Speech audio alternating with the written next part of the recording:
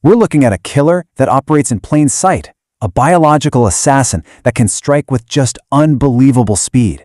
And you know what? The source of its power, it's inside every single one of us. So let's start by profiling the weapon itself. First off, this weapon, it's deceptively small. We're talking about something often no bigger than a coin, something you could literally hold on your fingertip. You'd never ever think it could pose any real threat. But don't let that size fool you for a second. This tiny object has the power to shut down your most vital organs, your lungs, your heart, your brain, and it can do it in just a few seconds. And here's what's maybe the most terrifying part. It's a completely silent attacker. There's often no warning, no initial pain. One moment, you feel perfectly fine, and the next, everything can just stop.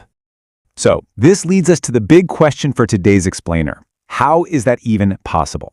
How can one tiny, insignificant blood clot be so incredibly lethal, so unbelievably fast? Well, we're going to break it down step by step. To really get what's going on, we first have to understand the weapon. We need to profile the blood clot itself, because you see, it has this dual nature. One side is actually helpful, but the other is absolutely deadly. So think of a blood clot as having this kind of split personality. On one hand, clots are our body's little heroes, right? They're our emergency repair system. They stop bleeding, they start the healing process. But when a clot, which is called a thrombus, forms where it shouldn't, like deep inside a blood vessel, it goes from being a lifesaver to a potential killer.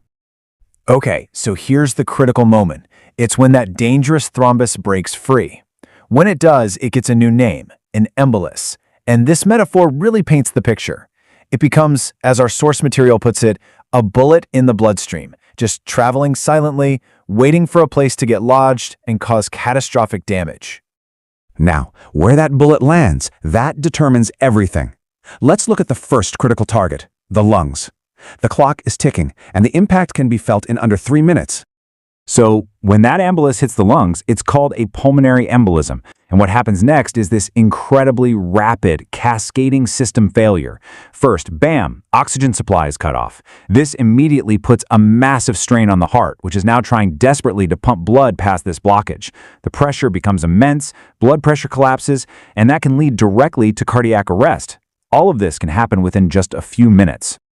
But, the lungs aren't the only target. If the clot manages to bypass them, its next potential destination is just as deadly, the brain. When a clot blocks an artery going to the brain, it causes a stroke. And the warning signs are sudden and they are severe. Weakness on one side of the body, slurred speech, a sudden loss of vision. These are the classic signs that the brain is literally being starved of blood. And the urgency here, wow, it just can't be overstated. For every single minute that blood flow is blocked, 2 million brain cells die.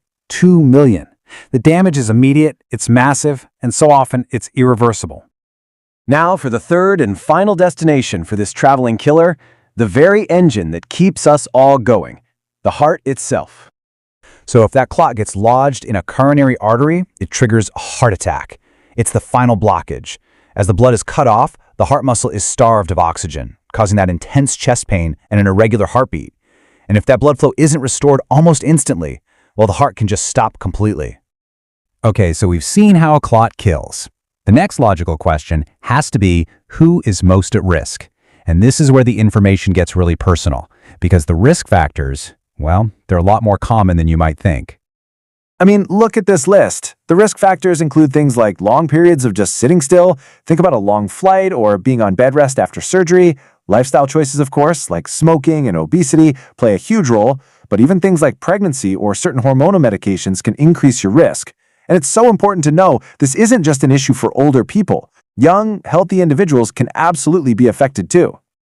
All right, let's get to what is arguably the most important part of this whole explainer.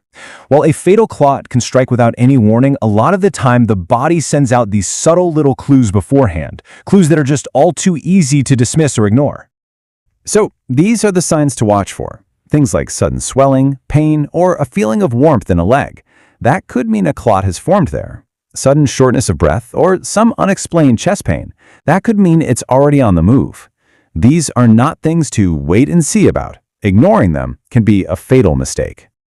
In this quote from our source material, it just drives home the chilling reality of the situation. The real danger here isn't some long, dramatic illness. It's the speed. It's the silence. It's the fact that it can all be over before you even have a chance to process that something is wrong.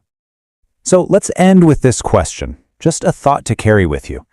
We've laid out how a tiny, seemingly insignificant clot can be so deadly, which just leaves us to wonder, how many people, maybe people we know, are walking around with one of those subtle warning signs right now, completely unaware of the risk they're in?